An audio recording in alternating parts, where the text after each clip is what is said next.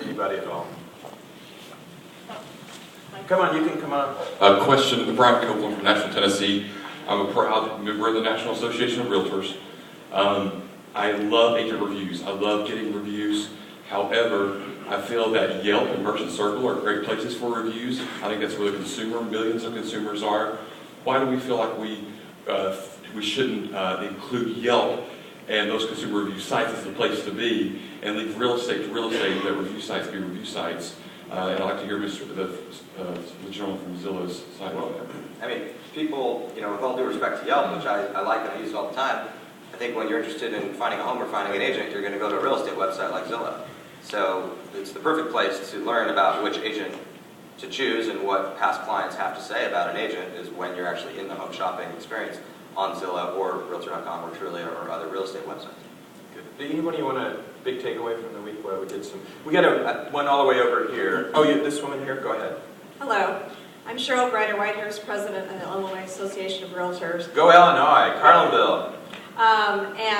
The Peoria Association of Realtors was funded by the National Association of Realtors for a new game changer. It's called Rate Your Experience for a realtor rating system. So watch for that to be launched shortly. I know California Association's looking at it and others, so feel free to contact me or the Peoria Association of Realtors for more information about that. But it was funded by the NAR Game Changers. Fantastic. Great. I had a question for Errol. Could you talk a little bit about the new mortgagematch.com website that Move has and what the kind of end game is as far as how it will relate with Realtor.com and how you think that will coexist with the local real estate agents and brokers who have relationships with mortgage brokers and loan officers in their local communities? Sure. Steve, could you make sure this gentleman way out here needs a mic? He's way off he's in Long Island. I mean, briefly, consumers were telling us the biggest challenge they're having today is getting a mortgage, particularly the first-time home buyers. The system allows you very simply and very easily not only to pre-qualify, but actually get a lock on a loan online. You can do it in about 10 minutes. So we think it's a great consumer value.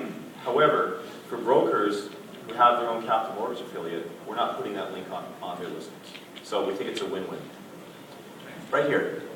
Hi, Simon Dalglish. I represent Metros Cubicos, which is the dominant internet portal in Mexico. And it's really fascinating being here because it's a little bit like looking 10 to 20 years into the future for what's going to happen down there. And at the same time, it's very different. We're never going to end up in the same place because the regulatory environment is different, the economics, lots of issues. What I was just going to ask is that in the future, if you could provide a space for other international websites and people like us to compare notes, because even though it's interesting looking at the U.S., it would also be interesting to look at other international markets and see what's going on there. Great idea. And by the way, we're rooting for Mexico. You're our friendly neighbor of the South, and it's been tough. We're rooting for you. Way out there. And just scream out here. Go ahead, just speak up. Go ahead, speak up while we get the mic to that guy in Long Island. Louder, just really give it to us. Trulia just announced that it was going to be participating in a worldwide,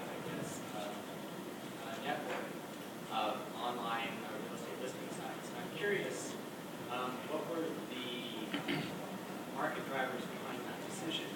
What are the projections for that network to bring people from overseas to the U.S. market, and what are the other websites internationally to attract overseas buyers? Great, Pete. Yeah, so we just announced that Trulia is going to be part of an international network, so we will be launching an international section on our site. This is really for cross-border purchases, so obviously in Manhattan you see a huge amount of purchases bought by Brits and Japanese and Australians and all sorts of people. So, and then we kind of know also in many cities that people want to look for purchases cross-border, so the world is getting smaller.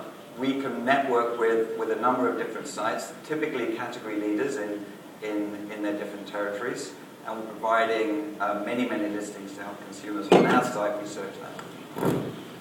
Gentleman in Long Island. Hi, I'm Jacob from Long Island. Just kidding. Lower Manhattan.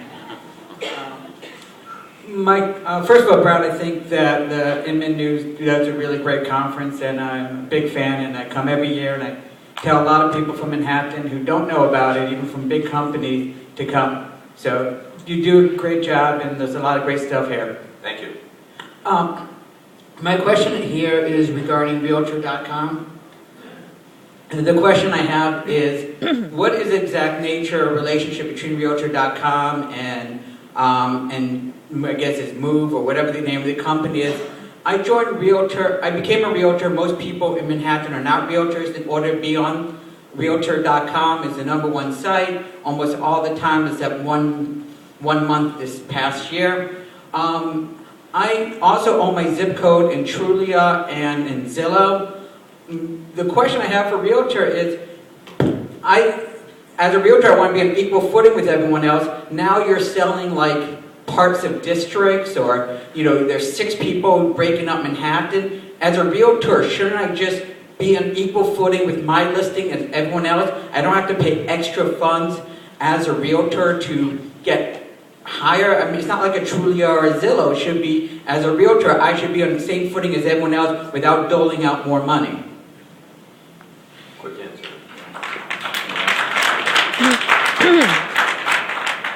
So, first of all, happy to talk to you because there's a lot of questions embedded in that afterwards. Realtor.com enables any realtor-operated MLS to put the listings on Realtor.com for free, including the Manhattan MLS. And there's opportunities on our site, like many other sites, to purchase additional marketing. But I'm happy to walk through the specifics of your question after the session. Let's go to that question I asked you. Any big takeaway, Pete, or anything fresh or new that you saw? So I think a couple of takeaways. So one is people are down to business. So people want results. So there's kind of less, I think there's a lot of tech, but there's still people are not looking at the eye candy, looking at the results. Two is social is huge.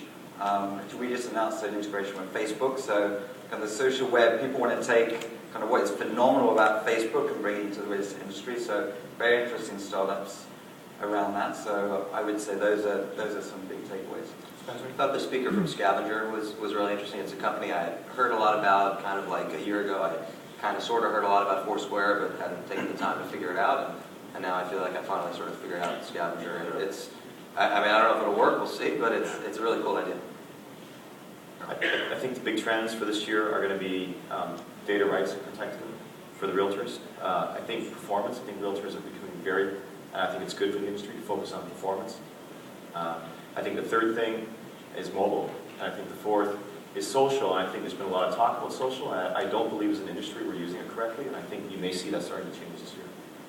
I think there's a lot of maturity happening in the industry. I've been coming to Real Estate Connect for probably 14 years or something, and there's still the same thrust of innovation, lots of really cool startups out there, but it seems like real estate companies are doing more and more with those folks rather than trying to build everything themselves, because I think we went through a phase during the dot-coms where everybody just tried to build out everything on their own, and they're realizing now they can put together some very nice solutions without adding costs to their P&L. Good. That was a great summary. Anyone out here, comments, feedback, anything you need or want, or what the big takeaway was? Yes, right here. Just speak loudly. Hi, Karen Begos, Town Realty. I'm wondering what you're going to do this year about all the duplication of data, where some is pulled from MLS, some is put on by the realtor. We've got listings that are on like 4 and 5 times because expired listings are now with new brokers, and the same house can be on at 3 or 4 different prices and 2 or 3 different realtors across the platforms. Also, can we get some help making Zestimates make sense? I love it. I'm not here to knock any of you guys. I use all your sites. I regularly get positive and negative feedback on my site, your site, on everything. And I'm on 30 websites. But there's some really glaring Zestimation nightmares out there that make it hard for us to conduct business in reality. Some of our clients, when they see their houses are $1 million more than... It's like the classic spouse that says, I love you, but. She loves you, but. Sure. Up your act. Yeah, no, it's a good question. And so let me answer it directly. So, Zestimates are imperfect, right?